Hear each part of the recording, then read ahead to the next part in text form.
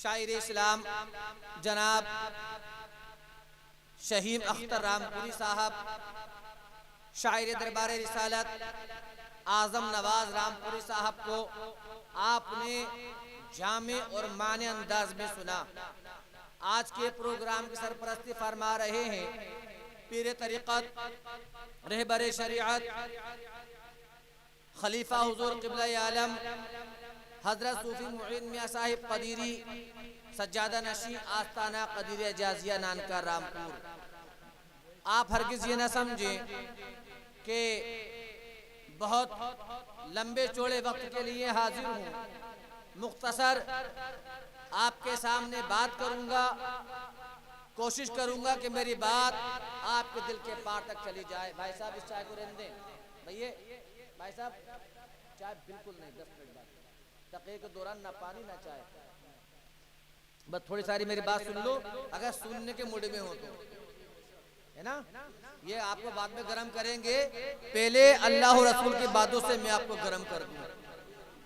इनकी गर्मी कुछ देर बाद में खत्म हो जाएगी, लेकिन रसूलुल्लाह की बात अगर दिल को चुभ गई तो दुनिया भी तुम्हारी आबाद हो जाएगी, कब्र भी आबाद हो जाएगी, है ना।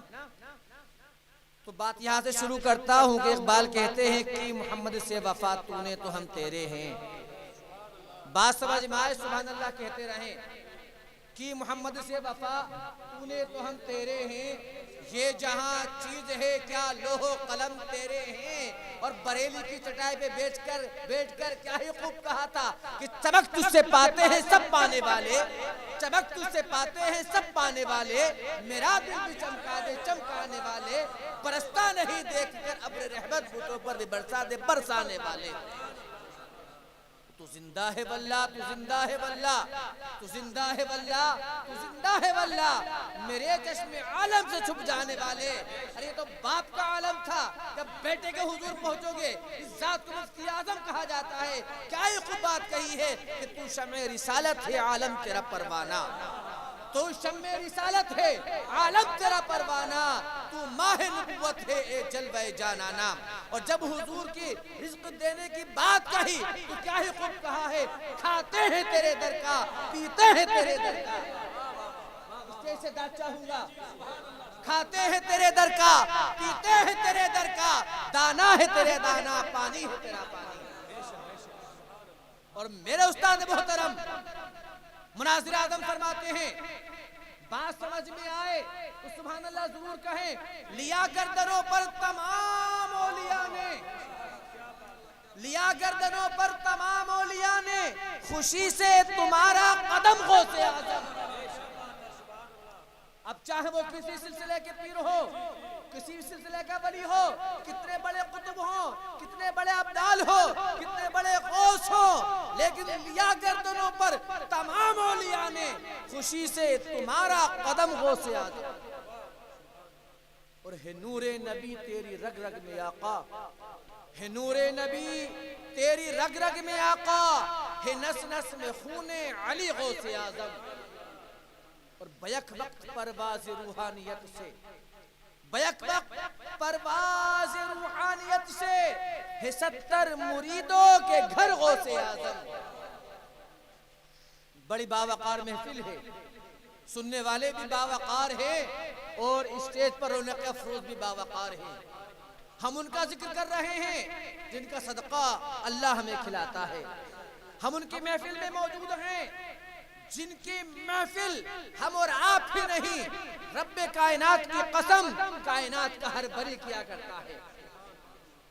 और जब तक उसको वली की डिग्री नहीं मिल सकती, जब तक वो वली नहीं हो सकता, जब तक विलायत के मनसब पर नहीं पहुंच सकता, जब तक उसको विलायत का दर्जा सरकार गौसे आज़म अता न फरमा दे, जब तक सरकार गौसे आज़म का पट्टा गले में न डालेगा, जब तक सरकार गौसे आज़म की गुलामी को इख्तियार न करेगा, कुछ बन जाए लेकिन वली नहीं हो सकता। ये अल्लाह तबारक व तआला ने सरकार सैयद गौसे आज़म महबूब सुब्हानी पीर लासानी मीरा मुहय्यिद्दीन अब्दुल कादिर जिलानी अल बगदादी रज़ी अल्लाह तआला अन्हु को मनसब व मकाम अता फरमाया है। आप लाडले हैं, इमाम दो जहां, मुख्तार कायनात, शाफिए रोज़े शुमार जनाब मोहम्मद रसूलुल्लाह अलैहिस्सलातु वस्सलाम के, मेरे आका अलैहिस्सलातु वस्सलाम 26 रजबुल मुरज्जब है, 27 की रात है, जिब्राइल अमीन हाज़िर दरबार रसूल होते हैं और अर्ज करते हैं या रसूलल्लाह आपको रब्बे काबा अपने पास बुला रहा है। मेरे आका तशरीफ लाते हैं, बुराक तैयार है, बुराक में जलवाबार हो रहे हैं, एक गैब से रूह आती है और वहां पर रसूल पाक का जीना बन जाती है। रसूल पाक अलैहिस्सलाम ने उसकी पुष्ट पर, उसकी गर्दन पर कदम रखकर बुराक पर जलवाबार हो जाते हैं। सब बोले सुभान अल्लाह। जब जलवाबार हुए तो अर्ज के बारी ताले किसकी रूह थी, ये कौन था, ये कौन सा इंसान था। रब्बे जुल जलाल ने इरशाद फरमाया, ए कायनात के मालिक, ए इमाम दो जहां, ए मुख्तार कुल, ये कोई आम आदमी नहीं, तुम्हारी उम्मत के अब्दुल कादिर जिलानी है। अल्लाह के हुजूर अर्ज किया, ए बारी ताला, इसने मुझे बुराक पर चढ़ने के वास्ते अपना कंधा लगाया है। ए अल्लाह, कुल औलिया की गर्दन पे इसके कंधे को मुतकफ्फर, इसके कदम को मुतकफ्फर फरमा दे। इसके गर्दन पर मेरा कदम है और इसका कदम कुल औलिया की गर्दन पर फरमा दे। अब चाहे वो सिलसिला कदरिया हो, सिलसिला चिश्तिया हो, सिलसिला सोहरावर्दिया हो, सिलसिला मदारिया हो, कायनात में जितने सिलसिला हैं सबके आका व मलजा सरकार गौसे पाक रज़ी अल्लाह ताला अन्हु अभी पैदा नहीं हुए, अभी दुनिया में आपके बाप दादा भी नहीं आए, विलायत का चर्चा मेरे आका अलैहिस्सलातु वस्सलाम फरमा रहे हैं। ये मकाम, ये मनसब रब्बे कायनात ने सय्यदे सरकार गौसे आजम को अता फरमाया। अज़ीज़ान मिल्लत इस्लामिया, यही वजह है कि हर वली अपने इलाके के वास्ते होता है, हर वली अपने सूबे के वास्ते होता है, लेकिन सय्यदे सरकार गौस आजम की वो जात है, चाहे वो अरब हो, चाहे वो अजम हो, चाहे वो बगदाद हो, चाहे वो इराक हो या पाकिस्तान हो या हिंदुस्तान हो, दुनिया के हर खित्ते में सरकार गौस आजम की विलायत बाकी है, उनकी सल्तनत बाकी है, उनका नाम बाकी है, उनका चर्चा बाकी है और सबके गुल, सबके चिराग गुल हो जाएंगे, गौसे आजम का चिराग बाकी रहेगा। ये अल्लाह ने आपको मकाम अता फरमाया है, ये अल्लाह ने आपको मनसब अता फरमाया है, ये अल्लाह ने आपको ऊंचा दर्जा अता फरमाया। अगर कोई शख्स ऊंचे से ऊंचा वली है, कोई शख्स विलायत के किसी भी दर्जे पर पहुंच जाए, कायनात में चाहे कुतुब हो जाए, इब्दाल हो जाए, कलंदर हो जाए, गौस हो जाए, लेकिन गौस आजम सिर्फ अब्दुल कादिर जिलानी का लक़ब है। और क्यों ना हो, आपको मौलाए कायनात मौला अली रज़ी अल्लाह ताला अन्हु ने अपना लुआब चढ़ाया है। आप वो हैं, बच्चा दुनिया में आने के बाद नहीं बनता, कामिल होने के वास्ते उसके माँ बाप को कामिल होना पड़ता है। अगर आप चाहते हैं आपकी औलाद बेहतर हो, आप चाहते हैं आपकी औलाद अफजल हो, आप चाहते हैं आपकी औलाद आला हो, तो उसकी तरबियत के वास्ते उसको तादीब की जरूरत नहीं, उसको मारने की जरूरत नहीं, आप अमल बेहतर शुरू कर दो, वो खुद ब खुद बेहतर हो जाए। फातिमा उम्मुल खैर रज़ी अल्लाह ताला अन्हा उन औरतों में से एक है कि जब वक्त तो बहुत तफसीली वाक़यात है लेकिन मुख्तसर अर्ज कर रहा हूँ, जब निकाह का वक्त आया अबू साले रज़ी अल्लाह ताला अन्हु से, तो आपके नाना जान इरशाद फरमाते अबू साले से कि तुम्हें मेरी बेटी से निकाह करना होगा। और निकाह इस वजह में अबू साले ने आपके नाना के बाग का एक सेब दर्जे में बेहता हुआ खा लिया था, जिसके एवज में 1 साल बाग की रखवाली भी की, लेकिन सजा माफ नहीं हुई। बाद में इरशाद फरमाया ए अबू साले तुम्हें मेरे बेटी से निकाह करना होगा। और वो बेटी आंखों से अंधी है, हाथों से लंगड़ी लूली है, पैर उसके माजूर हैं, सुन वो नहीं सकती। लिहाजा अबू साले रज़ी अल्लाह ताला ने सोचा कि अल्लाह पता नहीं क्या सजा दे, दुनिया की मुझे सजा अजीज है, निकाह हो गया। जब हुजरे में जाते हैं तो देखते हैं कि चौधरी का चांद फीका पड़ रहा है, ऐसा चेहरा वहां मौजूद है जिसके चेहरे के नूर से पूरा हुजरा मुनव्वर हुआ। अपने ससुर से कहते हैं वहां तो माजरा अलग है। आप फरमाते हैं बेटा अबू साले, मैंने देख लिया तो आम आदमी नहीं है, खास आने हक है। मेरी बेटी अंधी यूं है कि कभी उसने अपनी आंखों से किसी गैर मुहरिम की तरफ नहीं देखा, कभी अपनी जबान से कोई कलमा गलत नहीं कहा, कभी गलत मकाम पर चली नहीं, इसलिए मेरे से माजूर है। मैं चाहता था कि जैसी मेरी बेटी पाकीज़ा है, जैसे पाकीज़ा इसका मनसब है, जैसा पाकीज़ा इसका मकाम और मर्तबा है, ऐसी पाकीज़ा कोई शोहर इसको मिल जाए। लिहाजा ऐसे वतन पाक से जन्म लिया सैयदी अब्दुल कादिर जिलानी रज़ी अल्लाह ताला अन्हु ने। ऐसे पाक वतन से जलवाबार हुए अब्दुल कादिर जिलानी अल बगदादी रज़ी अल्लाह ताला अन्हु। जब आप दुनिया में जलवाबार हुए तो लोगों ने माथे की आंखों से देखा कि गौसे आजम रज़ी अल्लाह ताला अन्हु दूध नोश नहीं फरमाते। आपकी वालिदा ने कहला भेजा कि गिलान में ऐलान कर दिया जाए कि आज अबू साले के लाडले ने दूध नहीं पिया है, ऐलान कर दो कि रमजान मुबारक का चांद नमूदार हो गया। आपके दूध न पीने से आसमां के चांद का ऐलान हुआ करता था। आप जो फरमा दे अजिन्ना और इंसान उसको अपने वास्ते दस्तखत कर लिया करते थे। बरादरान गिरामी, जब थोड़ी उम्र बड़ी आगे आपको मकतब ले जाया गया और मकतब जाने के बाद आपके उस्ताद ने कहा बेटा पढ़ो बिस्मिल्लाहिर्रहमानिर्रहीम। आपने बिस्मिल्लाह पढ़ी और बिस्मिल्लाह पढ़ने के बाद पहले पारे की तिलावत शुरू फरमा दी। पहले पारे के साथ दूसरे पारे की तिलावत शुरू फरमा दी।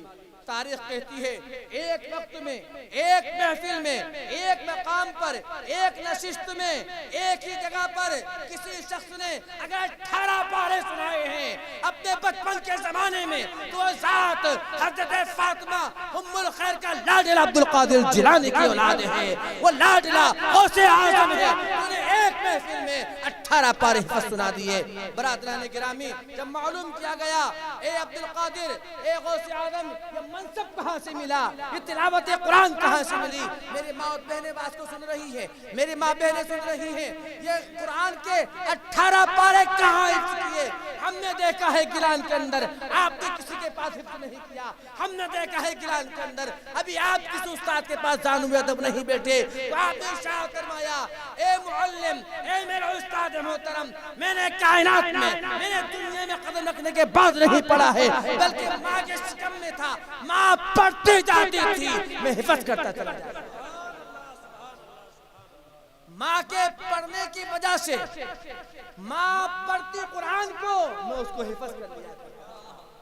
तो माँ की तिलावत पर, माँ के कुरान पढ़ने की वजह से, माँ की तिलावत करने की वजह से कायनात में अगर कोई हाफिज़ कुरान बना है तो ज़ात का नाम अब्दुल कादिर जिलानी रज़ी अल्लाह ताला। अज़ीज़ान मिल्लत इस्लामिया, तो हमें चाहिए कि अपने बच्चों को हाफिज़ कुरान बनाएं, अपने बच्चों को कुरान की तरफ रुख कर दें, अपने बच्चों को कुरान पे लगा दें। कुरान से बड़ी कोई दौलत नहीं है। हमें फातिमा उम्मुल खैर के नसीहत से अपने को नसीहत रखना चाहिए। जब गौसे आजम तालीम के वास्ते जिलान से बगदाद का कूच किया तो वालिदा ने कुछ शर्तियां दी और ज्यादा लंबी चौड़ी नसीहत नहीं की, एक नसीहत की जिसको 5वीं की किताब में पढ़ाया जाता है कि बेटा अब्दुल कादिर, जिंदगी के किसी बोल पर झूठ का सहारा मत लेना, झूठ न बोलना, कुछ हो जाए झूठ का किस्म का सहारा न लेना। लिहाजा गौसे आज़म चल देते हैं, शर्तियां साथ में हैं, रास्ते में डाकू आपको लूट लेते हैं, पूरा काफिला लूट लिया गया और आप उसका बेटे तेरे पास में क्या है? फरमाते मेरे पास 40 शर्तियां हैं, मेरे पास शर्तियां हैं। वो कहते हैं मासूम बच्चा है, शायद झूठ बोल रहा होगा। वो चले जाते हैं, सबका माल लूट लेते हैं। सरदार से कहते हैं जाने के बाद, एक बच्चा है जिसका माल ले गया, वो कहता है 40 चल गया है मेरे पास में। वो वापस आते हैं, सरदार वो कहता है बेटा तेरे पास में क्या है? 40 रुपया ये मौजूद है। सरदार कहता है बेटा ये तो छुपा हुआ माल था, तो छुपा लेता इसको। फरमाया जब मैं गिलान से चला था तालीम के वास्ते, तो वालिदा ने नसीहत की थी, ए बेटा अब्दुल कादिर कभी झूठ का सहारा न लेना, कभी झूठ मत बोलना, कभी झूठी बात बर्दाश्त न करना, कभी झूठ का सहारा न लेना। अगर मैं आज झूठ बोल जाता, कल मैदान महशर में वालिदा को क्या मुंह दिखाता? मौत बरहक है, मरना है, मरने के बाद वालिदा को मुंह दिखाना है। वहाँ क्या सहारा लेता, क्या बात कहता?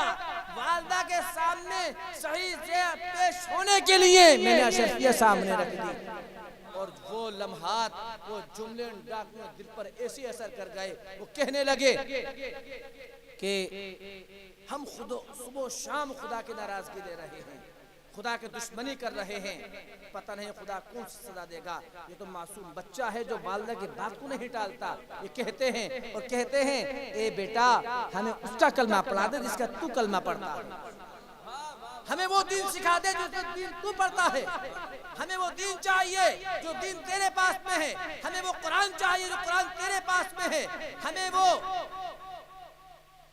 वो इल्म चाहिए, हमें वो रूहानियत चाहिए। गौसे आजम कलमा पढ़ाते हैं, मुसलमान कर लेते हैं। डाकुओं के साथी कहते हैं बहाजी सरदार जी जब जहन्नम में जा रहे थे साथ साथ थे, जहन्नम के रास्ते में साथ साथ थे, जन्नत के रास्ते अकेले अकेले जा रहे हो, जन्नत के रास्ते अकेले अकेले जाने की कोशिश कर रहे हो। जिस नबी का कलमा तुमने पढ़ा है उस कलमा नबी का हमें भी पढ़ाते चले। इतना कहना था। वो डाकुआ काफिला जो लूटने आया था अपने दिलो दुनिया को लुटवा कर जाता। आप बगदाद जलवाबार होते हैं और बगदाद जलवाबार होने के बाद इल्म हासिल करते हैं, और इल्म हासिल करने के साथ साथ एक रोज बगदाद की धरती पर वाज़ो नसीहत में इरशाद फरमाते हैं कदमी हाज़िही अला रक़बतिन कुल्ली वलिय्यिल्लाह, कदमी हाज़िही अला रक़बतिन कुल्ली वलिय्यिल्लाह, मेरा ये कदम कुल औलिया की गर्दनों पर है। इसके अंदर किसी एक वली का इनकार नहीं है। मैं उलमा इकराम की तवज्जो चाहूंगा, कदमी हाज़िही कुल्ली वलिय्यिल्लाह कुल आम के लिए आता है, कुल सबके लिए आता है। जिसने गौसे आदम का जमाना पाया, जो गौसे आदम के जमाने में रहा, चाहे वो किसी भी सिलसिले का हो, जिसने गौसे आदम के जमाने में सांस ले ली और गौसे आदम ने विलायत का ऐलान कर दिया, अब चाहे वो किसी भी सिलसिले का हो, गौसे आदम को गुलाम ही जिसको मुनासिब है इरशाद फरमाते हैं वो अब्दाल अक़ताब या औलिया हो, वो अब्दाल अक़ताब या औलिया हो, है ज़ेरे कदम हर वली गौसे आज़म, है ज़ेरे कदम हर वली गौसे आज़म।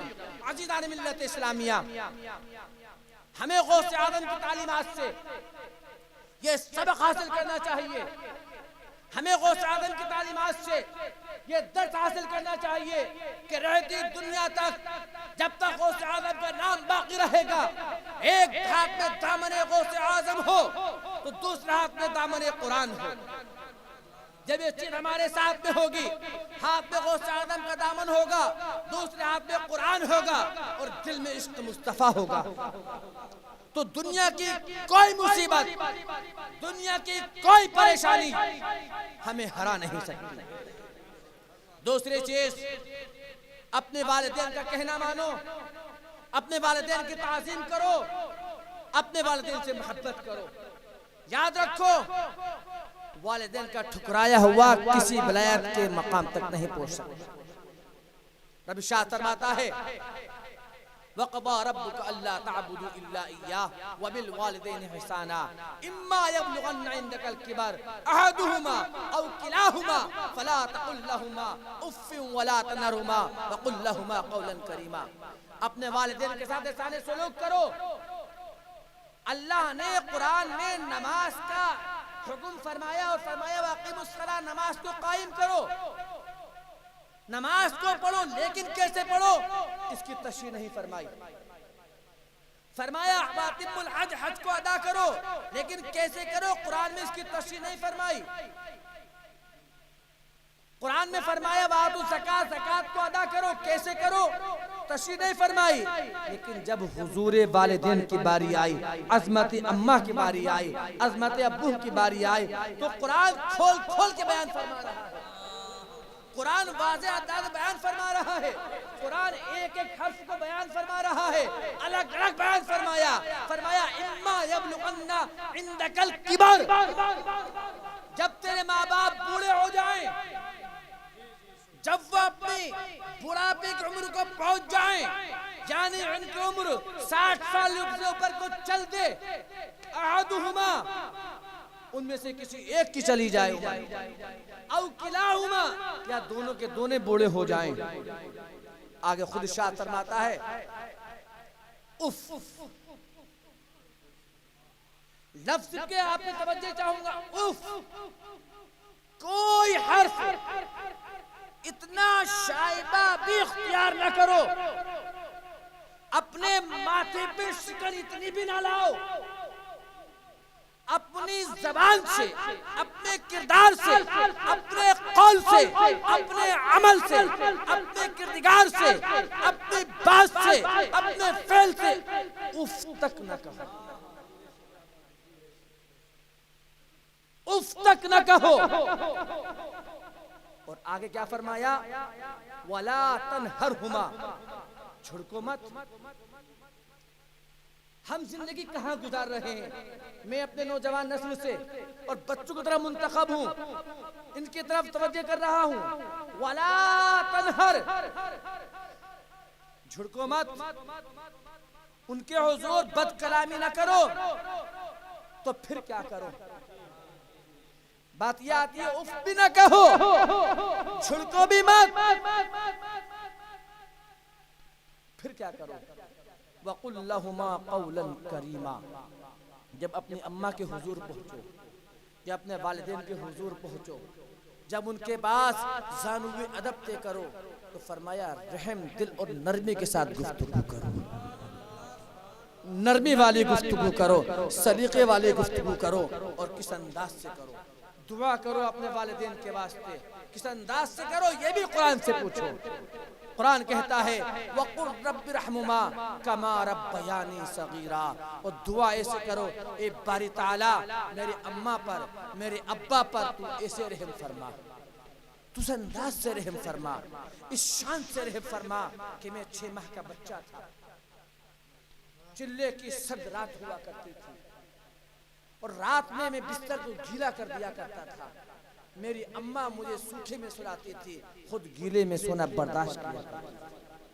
मेरी उम्र 4, 6 और 7 साल की हुई, मेरे वालिद की जेब में मेरे बात को पूरी करने के लिए, मेरी तमन्ना को पूरी करने के लिए, मेरी आरज़ू को पूरी करने के लिए उसके पास पैसे न होते थे, क्योंकि जब मैं किसी बात को मचल जाया करता था, वो अपने जेब को नहीं देखता, मेरी आरज़ू को देखता। या अल्लाह मेरी अम्मा पर ऐसे रहम फरमा कि गर्मी की शिद्दत की दोपहर हुआ करती थी, घर में खाना तैयार हुआ करता था, मौसम गर्मा था, और मैं दोपहर में आने के बाद अम्मा से दूसरे खाने की इल्तिजा किया करता था, दूसरे खाने की आरज़ू किया करता था। ए अम्मा तूने चावल बनाए हैं, मुझे रोटी की तमन्ना है, ए अम्मा तूने ये सालन बनाया है, मुझे सालन की तमन्ना है। तो अम्मा धूप को नहीं देखा करती थी, दोपहर की चिलचिलाहट को नहीं देखा करती थी, मेरी तमन्ना पर, मेरी आरज़ू पर, मेरी मुराद पर अपने थकन को भूल जाया करती थी, वो मेरी बात को पूरी कर दिया करती थी। मेरे भाइयों, अपनी पूरी जिंदगी, अपनी पूरी दौलत, अपना सब कुछ अगर आप लुटा देंगे और अपने वालिदैन को कांधे पर बिठाकर हज का तवाफ भी करा देंगे, तो याद रखो वालिदा की एक कर्रा हज का भी तुम बदला नहीं,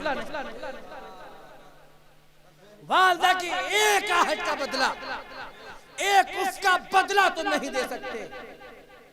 वालिदैन की अज़मत अल्लाह तबारक व तआला ने ये मनसब अता फरमाया है। और याद रखो बड़ी जिम्मेदारी के साथ मर्ज कर रहा हूं,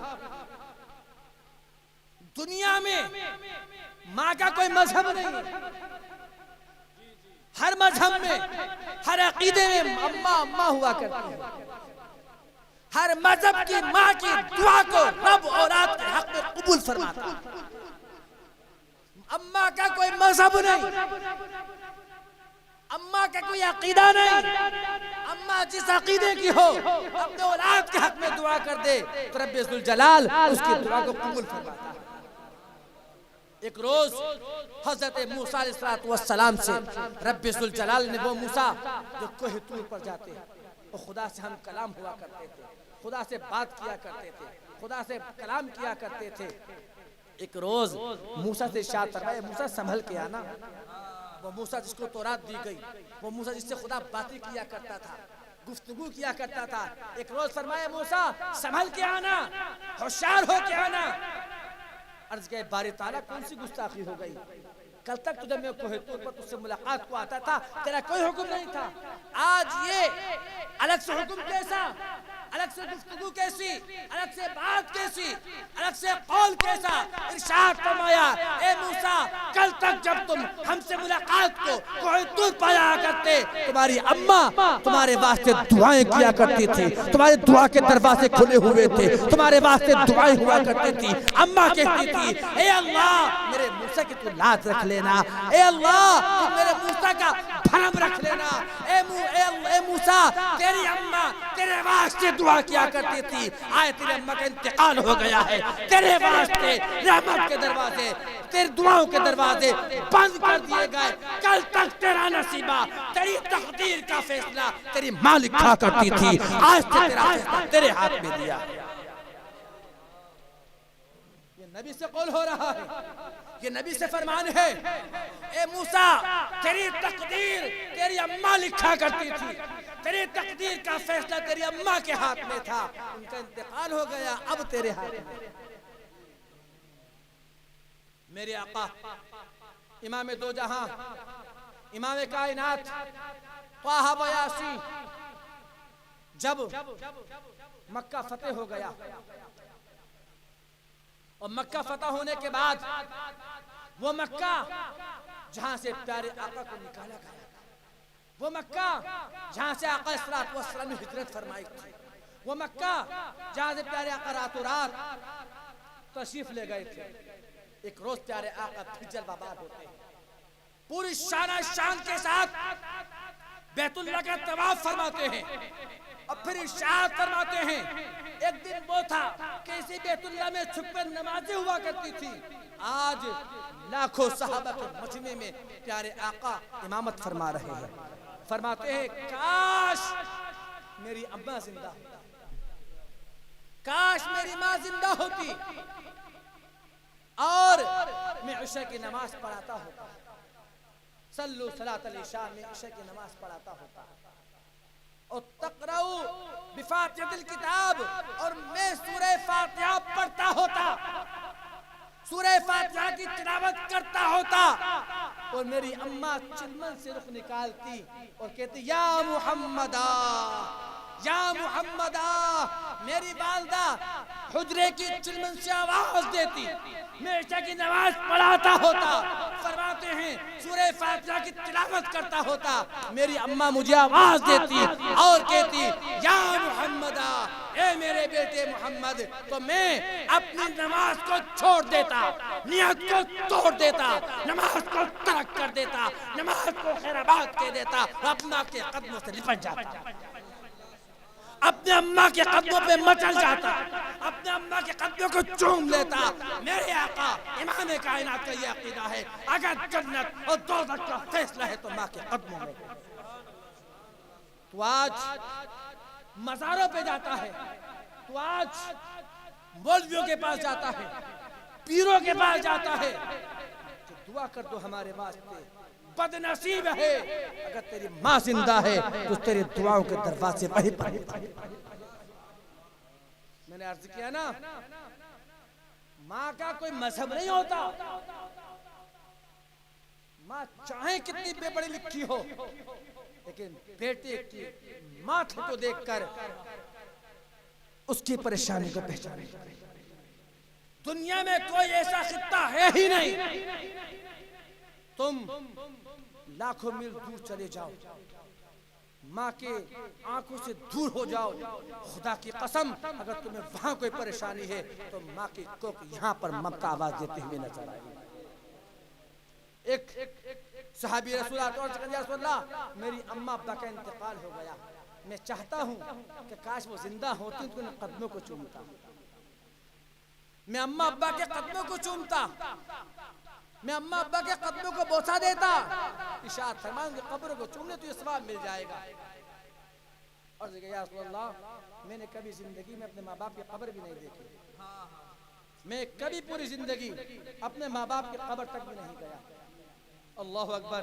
इशाअत फरमाया, दो लकीरें खींच, एक बड़ी और दूसरी छोटी, ये तसव्वुर करते रहिए अम्मा अब्बा की कब्र है, ये उनके कदम है, तो उनको चूम ले, रब्बे कायनात उनके कदम को चूमने का तुझे सवाब अता फरमा देगा।